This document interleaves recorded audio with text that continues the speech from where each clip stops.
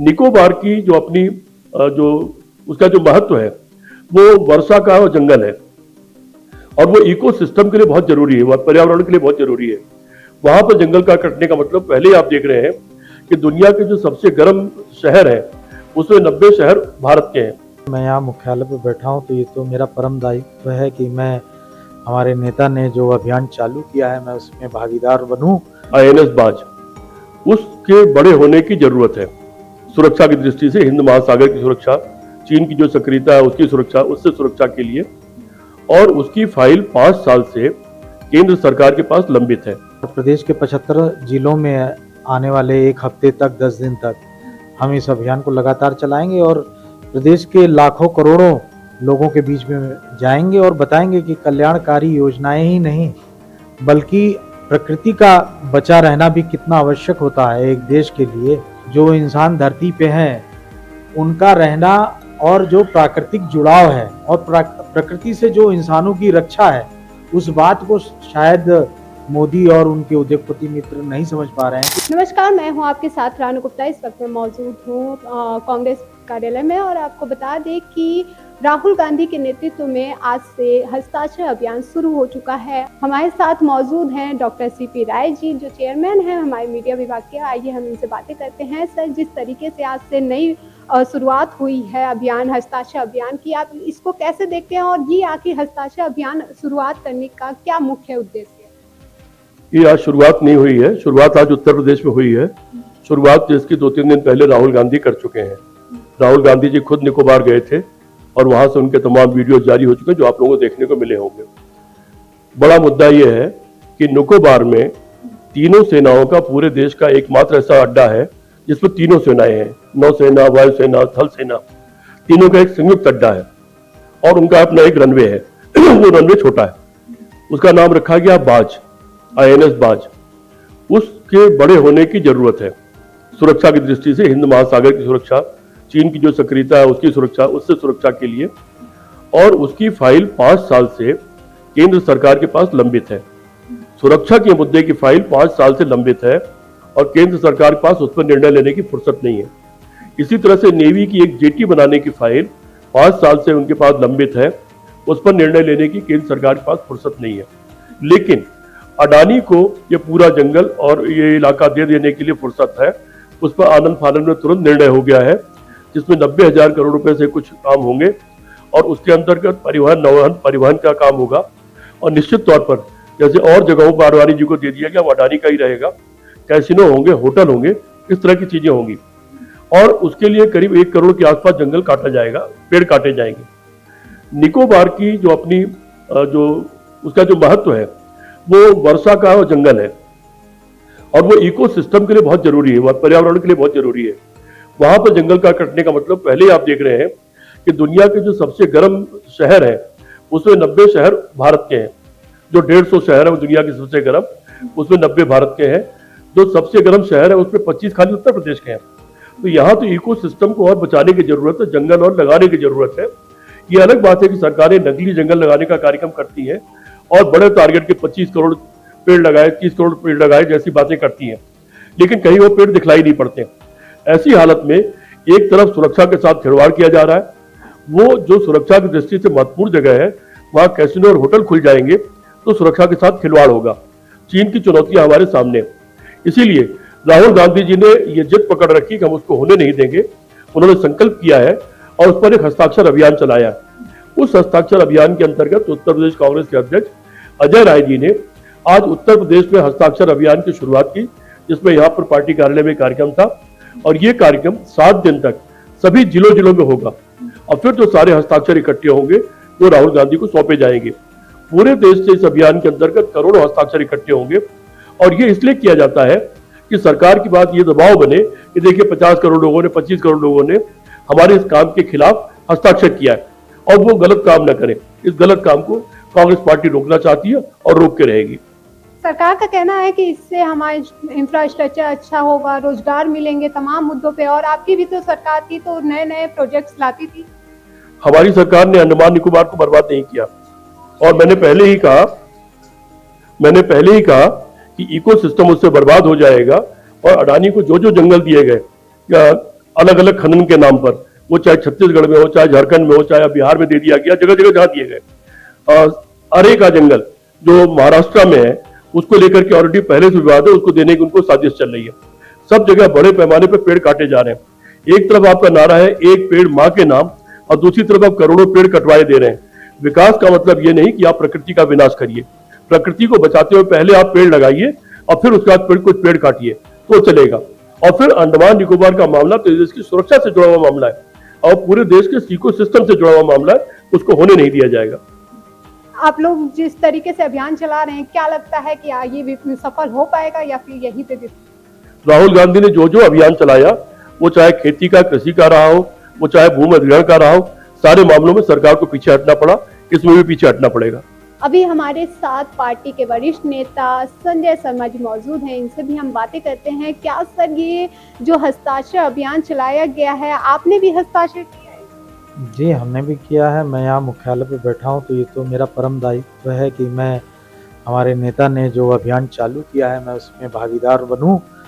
और आज जिस अभियान की शुरुआत यहाँ उत्तर प्रदेश में माननीय हमारे प्रदेश अध्यक्ष अजय राय जी ने इसकी शुरुआत की है, और प्रदेश के 75 जिलों में आने वाले एक हफ्ते तक 10 दिन तक हम इस अभियान को लगातार चलाएंगे और प्रदेश के लाखों करोड़ों लोगों के बीच में जाएंगे और बताएंगे कि कल्याणकारी योजनाएं ही नहीं बल्कि प्रकृति का बचा रहना भी कितना आवश्यक होता है एक देश के लिए।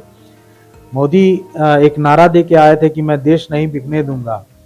उन्होंने कल्याणकारी योजनाओं में पैसा देना कम कर दिया है। आज की तारीख में सिर्फ टैक्स वसूला जाता है, कोई रियायत नहीं। महंगाई पूरी तरह से एकदम चरम पे है, बेरोजगारी चरम पे है। और दूसरी तरफ उन्होंने अपने कल्याणकारी योजनाओं का पैसा सीधे अपने उद्योगपति मित्रों को दे दिया है, और जो जल जंगल जमीन है अब वो उसे उजाड़ रहे हैं, अपने उद्योगपति मित्र को दे रहे हैं वहां पे बड़े बड़े होटल मॉल सब बनाने के लिए। आप एक बात बताइए कि जो इंसान धरती पे हैं उनका रहना और जो प्राकृतिक जुड़ाव है और प्रकृति से जो इंसानों की रक्षा है, उस बात को शायद मोदी और उनके उद्योगपति मित्र नहीं समझ पा रहे हैं कि अगर आज अंडमान निकोबार द्वीप समूह में जो वो 1.5 करोड़ पेड़ काटने की बात है, और जो किनारा है वो एक रक्षा करता है। सुनामी आई थी, आपको याद होगा, देश में आई थी, जो उस तरफ से सुनामी बढ़ती है। अंडमान निकोबार द्वीप या जो बीच में द्वीप है उसकी रफ्तार को कम करते हैं, रोकते हैं। वहाँ पे जो पेड़ हैं, वहाँ के जानवरों को, वहाँ आदिवासी जनजातियों को एक संरक्षण देते हैं, सुरक्षा देते हैं, छत्र छाया देते हैं कि उनका भी जीविकोपार्जन हो सके। इन सब की परवाह किए बिना मोदी जी ने उठा के वो सीधे सीधे अडानी को दे दिया। क्यों दे दिया? क्या देश में क्या अडानी के वोट से मोदी प्रधानमंत्री बनते हैं? क्या बाकी लोगों के वोट मोदी को नहीं चाहिए? हालांकि सरकार का तो कहना है कि इससे इंफ्रास्ट्रक्चर जो है वो सही होगा और रोजगार मिलेंगे। मोदी ने 2014 से पहले 2 करोड़ रोजगार देने का वादा किया था। 12 साल में उन्होंने कितना रोजगार दिया? ये सबसे बड़ा यक्ष प्रश्न है। और सवाल जो है प्रयास का है। मोदी ने तो अभी तक कोई प्रयास ही नहीं किया रोजगार देने का। बातें होती बड़ी बड़ी, रोजगार तो रोजगार है उनको अक्सर दिए जाते हैं, डेटा भी आती है। वो रोजगार जो दे रहे हैं मोदी जी, वो तो मोदी जी ही जानते होंगे। जो परमानेंट रोजगार होते थे उठा के उन्होंने संविदा पे कर दिया है। और जो सरकारी पद थे, मैं नहीं कहता हूँ, प्रदेश सरकारों की बात नहीं करता हूँ, जो सेंट्रल गवर्नमेंट में जो सरकारी नौकरियां थी वो धीरे धीरे खत्म होती जा रही हैं। वहां से रिटायर होने वाले पदों पर कोई भर्ती नहीं हो रही है। जबकि रेलवे में आप देखिए, रेलवे में लोगों का आना जाना, यात्रियों की बढ़ोतरी हुई है, तो वहां पद बढ़ने चाहिए थे। हो रहा है उल्टा, जो पद खाली हुए रेलवे में वो नहीं भरे गए। ये तो एक सीधा सा छोटा सा उदाहरण है। जो सबसे बड़ा रोजगार देने वाला केंद्रीय संगठन था वो था रेलवे, वहीं रोजगार 10 लाख भर्तियां नहीं हुई है। तो मोदी जी की नियत ही स्पष्ट नहीं है। वो अपने उद्देश्य को पूरा करने के लिए सब्ज बात दिखाते हैं देश की जनता को। रोजगार देना उनकी नियत नहीं है। और रही बात की वह संस्थान कोई अगर वो बनाते हैं, चंद रोजगार आ जाएंगे, न जाने कितने रोजगार कितनी जीविका खत्म हो जाएगी, उसको वो नहीं बताएंगे मोदी जी आप या देशवासियों को। आज योगी आदित्यनाथ जी ने पाती लिखी है जिसमें उन्होंने कहा है कि जीव जंतुओं से और पर्यावरण से जुड़े रहने के लिए एक पत्र लिखा है और तमाम बोला है कि जो गौरैया चिड़िया मैना जो हैं वो गायब हो रहे हैं, उनको भी जो है साथ में लाया जाए, दिखाने बंद हो गए हैं। लेकिन आप लोग उसके बारे में उससे जुड़िए, जानवरों से जुड़िए, जीव जंतुओं के बारे में सोचिए, उससे कुछ सीखिए। देखिए, कांग्रेस जब भी कोई बड़ा अभियान चलाती है, बहुत बड़ा अभियान है, 1.5 करोड़ पेड़ कटने वाले हैं, उस अभियान को डाइवर्ट करने के लिए इस तरह के काम जो है प्रदेश सरकारों में भाजपा आरएसएस करती है। ठीक है, अभी मोदी जी ने कुछ दिन पहले जो है कैबिनेट की बैठक में अपने बुजुर्गों को पानी पिलाने का संदेश दिया। योगी जी चिड़िया को पानी पिला रहे हैं। इस प्रदेश में बताए ना, पिछले 10 वर्षों में कितना पेड़ लगाया गया और उसमें कितने पेड़ जीवित हैं जो आगे, भाई एक पेड़ को, पर्यावरण दिवस के दिन तो पौधे बहुत सारे लगाए गए, पौधारोपण उन्होंने खुद भी किया, तो तमाम कार्यालयों में ये पेड़ पौधे लगाए गए। आपको ये जानकारी है कि हर साल कितने पौधे लगाए जा रहे हैं? इसकी स्पष्ट जानकारी नहीं होगी, लेकिन 1 करोड़ से ज्यादा पेड़ पौधे हमेशा लगाए गए हैं। अगर उन पेड़ पौधों का अगर योगी जी हिसाब दे दे तो आगे कोई बात की जाए, उसका वो हिसाब नहीं दे सकते हैं। ये सब अभियान उनके भ्रष्टाचार अभियान है। केवल इस अभियान के तहत केवल भ्रष्टाचार कर रहे हैं, भ्रष्टाचार हो रहा है। पेड़ गिनवा दे ना, जहां जो लगाया है अधिकारियों को लगा कि गिनवा दे, उनके पास तो बहुत बड़ी संस्था है। टीचरों को चुनाव में इस्तेमाल किया जाता है, टीचरों को भूसा ढोने तक के लिए कह दिया गया है, पेड़ भी गिनवा लो। सिर्फ और सिर्फ भ्रष्टाचार हो रहा है। भगवा पहन रखा है।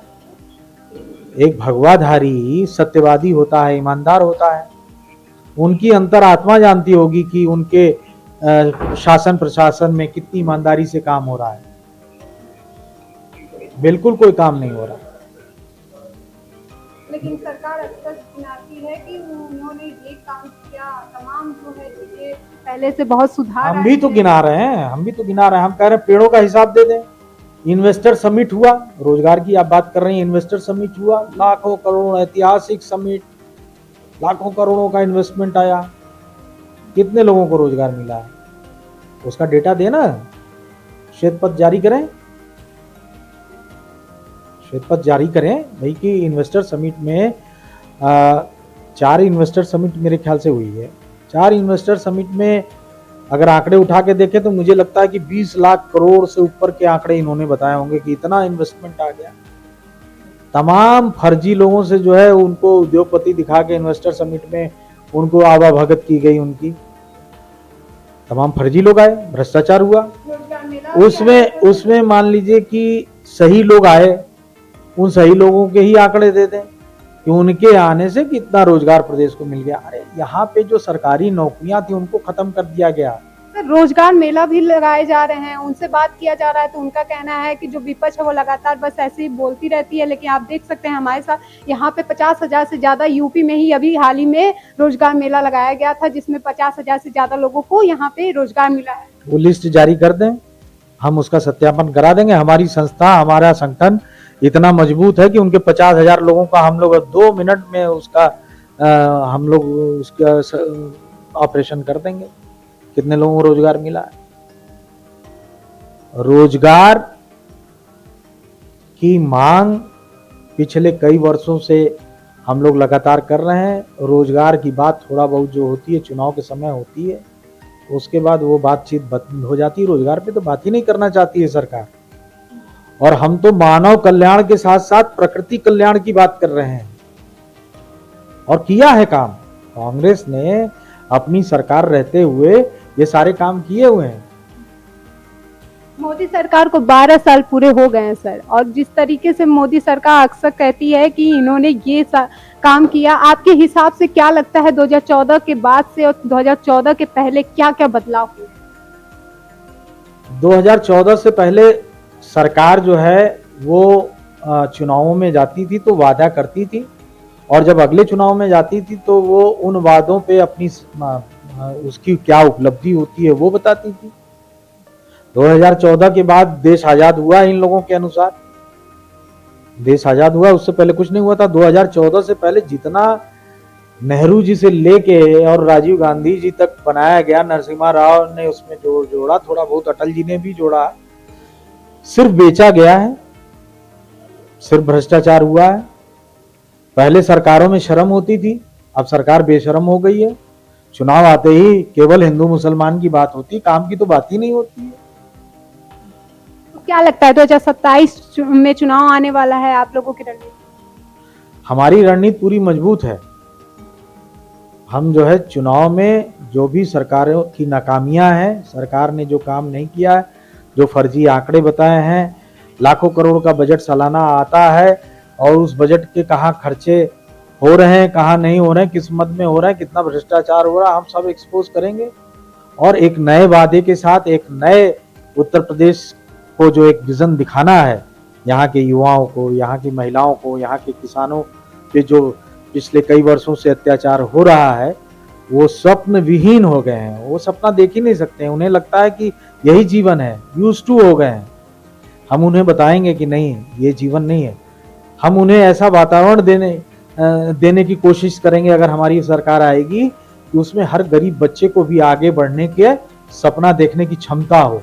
हम उस तरह का एनवायरनमेंट देंगे, उस तरह की व्यवस्था देंगे, ना कि हम स्कूल कॉलेज को बंद करा के और 5 किलो राशन देने की बात करके चुनाव लेने की बात करेंगे। इन लोगों ने जो मशीन के बल पे, वोटिंग मशीन के बल पे और चुनाव आयोग को जो हैक करके जो ये चुनाव जीत रहे हैं, हम इस पे रोक लगाने की कोशिश करेंगे और जनता की ताकत से। आपके हिसाब से ईवीएम को हैक किया? देखिए, इन्होंने जो चुनाव में जो छेड़खानी शुरू की है, उसका स्वरूप समय समय पे बदलता रहा है। पहले ईवीएम हैक हुई, फिर ईवीएम इधर उधर करने लगे, फिर उसके बाद जो है चुनाव आयुक्त आ गए ऐसे कि वो सर्व करा के जो है वोटों को काटना। जो वोटर विपक्ष के हों, जिस क्षेत्र में विपक्ष को ज्यादा वोट होता है उस क्षेत्र में वोट काट दिए जाते हैं। और कुछ नए प्रकार के वोट, रोमिंग वोट जिसको कहते हैं, वो पता चला पश्चिम बंगाल के भी चुनाव में वोट डाल रहे हैं, उड़ीसा में भी डाल रहे हैं, हरियाणा में भी डाल रहे हैं, उत्तर प्रदेश में भी डाल रहे हैं। ये रोमिंग वोट एक तैयार किया है मोदी सरकार ने, और ये मोदी सरकार ही मैं कहूँगा, केंद्र सरकार का ये सारा कारनामा है, मोदी और अमित शाह जी का। और माननीय जो चुनाव आयुक्त, जो मतलब चुनाव आयुक्त चयन प्रक्रिया ही इन लोगों ने हैक कर ली है। तो चुनाव तो पूरी तरह से एक प्रकार से खत्म है, फिर भी आप विपक्ष के राहुल गांधी जी के मनोबल और उनकी इच्छा शक्ति की दाद दीजिए कि वो लड़ रहे हैं ऐसी ताकतों से जिन्होंने पूरी तरह से डकैती डाल रखी है। चुनाव को एकदम हैक कर लिया है, चुनाव आयुक्त मनमाना एकदम बैठा दिया है, जो कि इनका गुलाम है ना। उसके बावजूद भी विपक्ष लड़ रहा है, पूरी ताकत से लड़ रहा है, और हम हारने वाले नहीं। हम इनको जब तक नहीं हराएंगे तब तक हारने वाले नहीं। जैसा कि आप लोगों ने देखा, ग्रेट निकोबार को बचाने की लड़ाई में आज कांग्रेस ने, राहुल गांधी के नेतृत्व में कांग्रेस ने आज यूपी में भी हस्ताक्षर अभियान शुरू कर दिया है। उनका दावा है कि अगर ये हस्ताक्षर शुरू हम कर रहे हैं, उनका दावा ये है कि इससे जो है प्रकृति बचेगी और आने वाली पीढ़ियों को भी खतरों से बचाया जा सकता है। ये हस्ताक्षर लगभग पूरे जिलों में ये 10 दिन का हस्ताक्षर अभियान चलेगा, जिसमें सभी जो कांग्रेस के कार्यकर्ता हुए उनसे ये हस्ताक्षर लिया जाएगा और इसे सदन में ले जाया जाएगा और उस पर अमल कराया जाएगा। ऐसी तमाम खबरों के लिए देखते रहिए जनता 24/7 न्यूज़। वीडियो जर्नलिस्ट अमरेश के साथ मैं रानू गुप्ता, धन्यवाद।